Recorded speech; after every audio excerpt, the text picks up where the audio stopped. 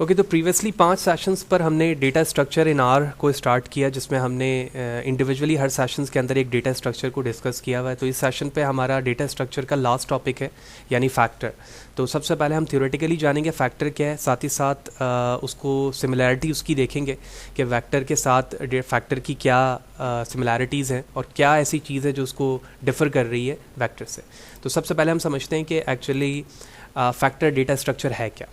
So the factor is a data structure which is used for the field which take only predefined finite number of the values. यानी we are sure at that moment कि हमारे पास जो field है वो एक finite number पे base करती है। These are the variable which take a limited number of the different values.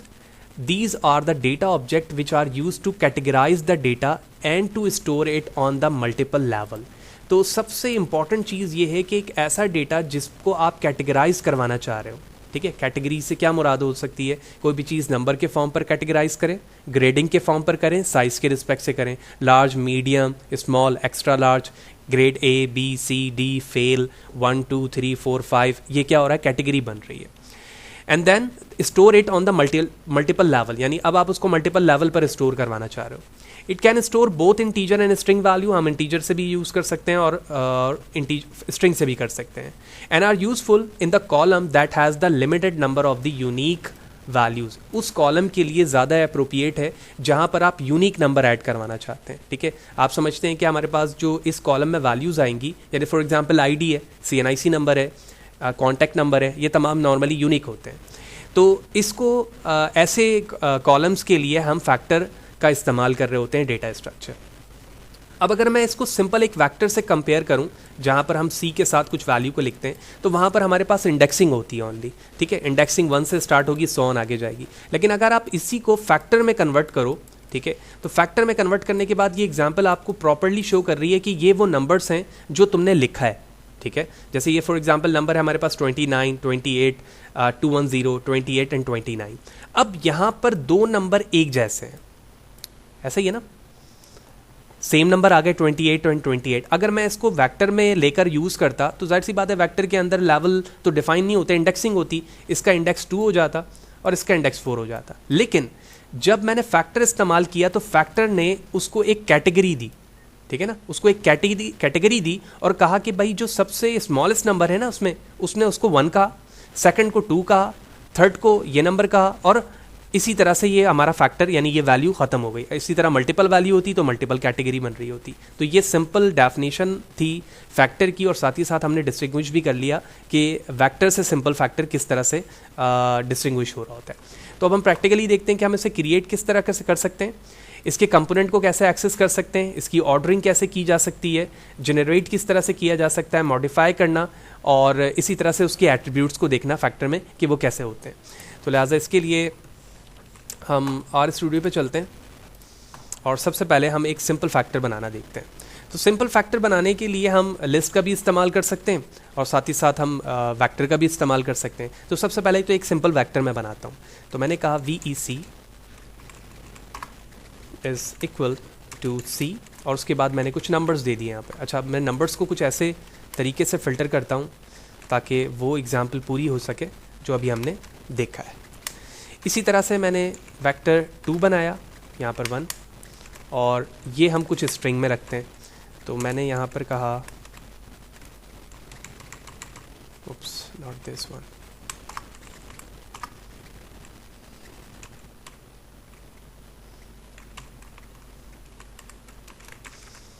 I'm going to write some name here.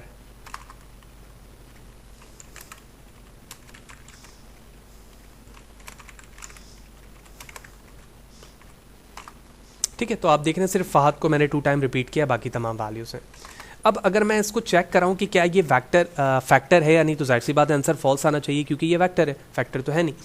तो अगर आप सिंपलेस्ट इसको आप प्रिंट कराओ वेक्टर को, तो VEC 1, और साथ ही साथ मैं चाहूँ तो इस कीवर्ड के ज़रिए से चेक कर सकता हूँ जिस तरह से मैं इस न्यूमेरिक या इस इंटीजर चेक किया करता था। तो मैंने कहा कि क्या ये फैक्टर है, कौन सी चीज़ फैक्टर है, भाई वेक्टर। तो ऐसा होना नहीं चाहिए, फॉल्स आंसर आना चाहिए। मैंने इसको एग्जीक्यूट किया तो आप देख रहे हो एग्जीक्यूट होने के बाद हमारा आउटपुट आ रहा है और ये फॉल्स रिटर्न कर रहा है कि भाई ये जो चीज़ आपने बनाई है ये वेक्टर नहीं है, ठीक है। अब क्या मैं इस वेक्टर को फैक्टर बना सकता हूँ? लेट्स सी, मैंने एक वेरिएबल लिया फैक्ट के नाम से और इस फैक्ट को मैंने यहाँ पर यूज़ किया एज डॉट फैक्टर। तो हम जानते हैं कि एस वेरिएबल के ज़रिए से आप किसी एक डेटा टाइप्स की वैल्यू को दूसरे में कन्वर्ट करते हो। तो मैंने कहा जो कुछ वेक्टर 1 में मौजूद है उसको फैक्ट वेरिएबल के ज़रिए से फैक्टर में कन्वर्ट कर दो। उसके बाद मैंने फैक्ट को डिस्प्ले करवाना है। डिस्प्ले करवाने के बाद मुझे उसकी क्लास देखनी है, ठीक है, और उसके बाद मुझे प्रिंट करवाना है इसके टाइप ऑफ, ठीक है। तो लेट्स सी, मैंने इसको एग्जीक्यूट किया। ओके, वेक्ट 1 का मसला है, ठीक है। मुझे जहाँ जहाँ पर सॉरी टी लिख दिया मैंने यहाँ पर, तो वो मुझे हटाना पड़ा, वो मैंने हटा दिया। और अब आप देख रहे हैं and now it's successfully converted into factor now. और जब फैक्टर में मैंने कन्वर्ट किया तो एक चीज़ तुम आप यहाँ पर बगौर देखो कि लेवल के साथ साथ उसकी वैल्यूज़ भी यहाँ पे लिखी आ रही है।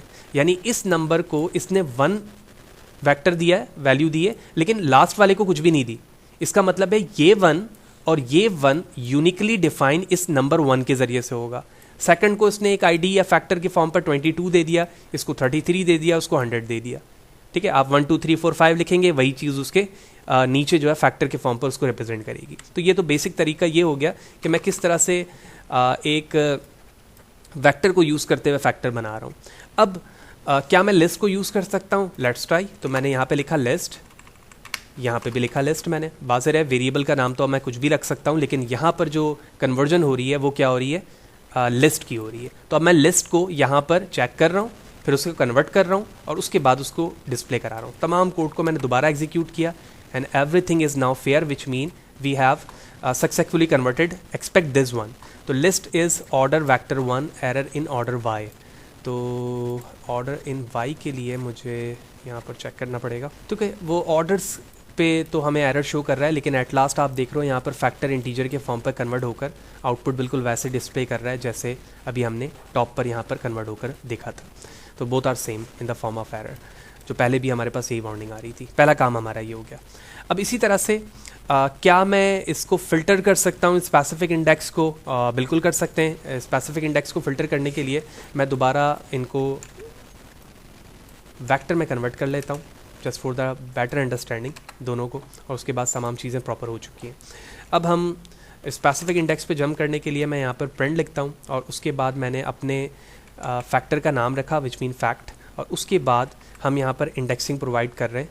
तो मैंने यहाँ पे लिखा इंडेक्स नंबर 1 और उसके बाद मैं इसे एग्जीक्यूट कर रहा हूँ। तो आप देख रहे हो यहाँ पर एग्जीक्यूट होने के बाद 1 वैल्यू लिखी हुई आई, लेकिन लेवल तमाम आ रहे हैं, ठीक है ना। लेवल तमाम आने का मतलब ये है कि फैक्टर की जो ब्यूटी है वो यही है कि वो लेवल्स को ज़रूर रिप्रेजेंट करता है।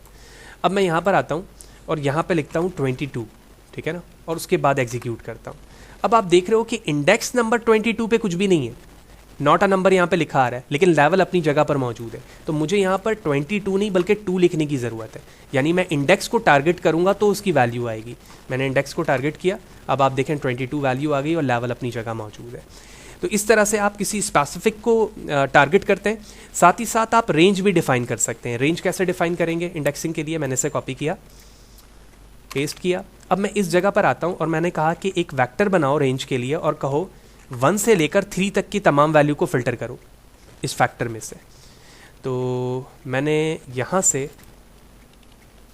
इसे एग्जीक्यूट करवाना है, तो इसके लिए सॉरी यहाँ पर कॉलन नहीं बल्कि कॉमा होगा, और उसके बेस पर मैं इसको एग्जीक्यूट करता हूँ। तो मैंने ब्रैकेट क्लोज़ किया और उसके बाद इसे एग्जीक्यूट किया। अब आप यहाँ पर देख रहे हो कि उसने स्पेसिफिकली पहले और थर्ड वाले वैल्यू को एक्सट्रैक्ट कर लिया, क्योंकि यहाँ पर मैं 1 और 3 लिख रहा था। तो इसी तरह मैं चाहूँ तो मल्टीपल वैल्यूज़ यहाँ पर लिख कर भी उसे फ़िल्टर करवा सकता हूँ। बिल्कुल इसी तरह से मैं माइनस के ज़रिए से भी राइट हैंड साइड से वैल्यू को फ़िल्टर करवा सकता हूँ। तो मैंने अब यहाँ से ये तमाम वैल्यूज़ हटा दी और यहाँ पर सिंपल लिखा -1 और उसके बाद मैंने इसको एग्जीक्यूट किया। अब आप देख रहे हो कि तमाम वैल्यूज़ यहाँ पर आई एक्सेप्ट फर्स्ट वैल्यू। तो वो तमाम वैल्यूज़ यहाँ पर आ रही है राइट हैंड साइड से, पहली वाली वैल्यू को इग्नोर करते हुए, और लेवल्स हमारे तमाम यहाँ पर मौजूद है। यानी 22 से पहले भी 1 मौजूद था जो यहाँ पर इग्नोर हो गया राइट हैंड साइड से, लेफ्ट साइड से, और राइट हैंड की रिमेनिंग तमाम वैल्यूज़ यहाँ पर आ गई। तो ये फ़िल्टर करने का तरीका था। बिल्कुल इसी तरह से आप लॉजिकल ऑपरेटर को भी फ़िल्टर कर पाएंगे, यानी ट्रू फॉल्स, फॉल्स ट्रू, इस तरह की सारी चीज़ें। तो जो मॉडिफिकेशंस के तरीक़ेकार हैं यानी कॉलम ऐड करना, रॉ ऐड करना, वो तमाम बिल्कुल वैसे ही होंगे जिस तरह से हम प्रीवियसली सेशंस पर मैट्रिक्स एरे या फिर डेटा फ्रेम पर करते हुए आए। लिहाजा कुछ यूनिक चीज़ें ऐड करने के लिए मैं फैक्टर की वैल्यू को एक्सचेंज करता हूँ यानी मॉडिफिकेशन करता हूँ। तो मॉडिफिकेशन करने के लिए मैंने अपने फैक्ट वेरिएबल को कॉल किया और उसके इंडेक्स नंबर 1 को एक्सचेंज करता हूँ मैं 99 से, ठीक है। और उसके बाद मैं फैक्ट को डिस्प्ले कराता हूँ, ठीक है। वाज़ेह है फर्स्ट इंडेक्स पे 1 ही मौजूद है। मैंने इसको एक्सचेंज किया and here it is you can observe that warning message invalid factor level NA generated, यानी इनवैलिड नंबर है यहाँ पर और फैक्टर जनरेट जो हो रहा है वो नॉट अ नंबर हो रहा है। Okay, so just ignore the warning. और हम देख रहे हैं कि जब हमने इंडेक्स 2 की वैल्यू को एक्सचेंज करने की कोशिश की है तो नॉट अ नंबर यहाँ पर लिखा आ रहा है और उसके बाद वाली जो वैल्यूज़ है वो वहाँ पर वैसे ही मौजूद है। लेकिन अगर आप लेवल्स देखें तो लेवल अपनी जगह पर वैसे ही मौजूद है।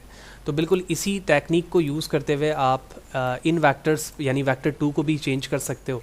तो वेक्टर 2 को चेंज करने के लिए मैंने इस 2 नेम को यहाँ पर यूज़ किया ताकि मैं सेम वेरिएबल को यूज़ करते हुए फैक्टर बना लूँ।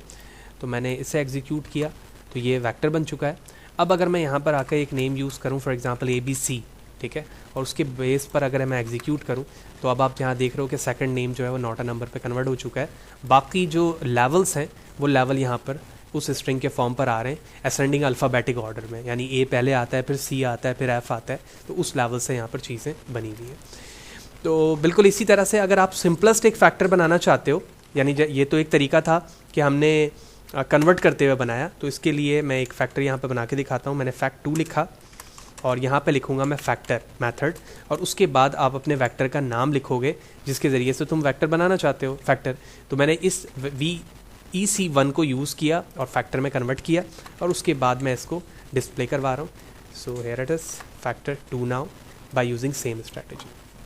बाकी ऐड करना, लेवल को डिलीट करना, समरी देखना, वो तमाम चीज़ें जो एज़ यूजुअल हम प्रीवियस सेशन से देखते हुए हैं वो उसके अंदर वैसे ही यूज़ होंगे जिस तरह से है। तो बेसिक डिफरेंस हमारा वेक्टर और फैक्टर में ये था कि जो तमाम वर्किंग हमने simplest first session of data structure vector में की है वही चीज़ आप फैक्टर में भी करोगे। बस यहाँ पर फ़र्क ये है कि आपकी चीज़ें कैटेगराइज होती हैं और उस कैटेगरी के रिस्पेक्ट से वो उसको यूनिक कर रही होती है। जिस कॉलम के अंदर आपको यूनिक एट्रीब्यूट की ज़रूरत होगी वहाँ पर आप इन फैक्टर को यूज़ करके यूज़फुल मैनर पर अपने प्रोजेक्ट पे काम कर सकेंगे।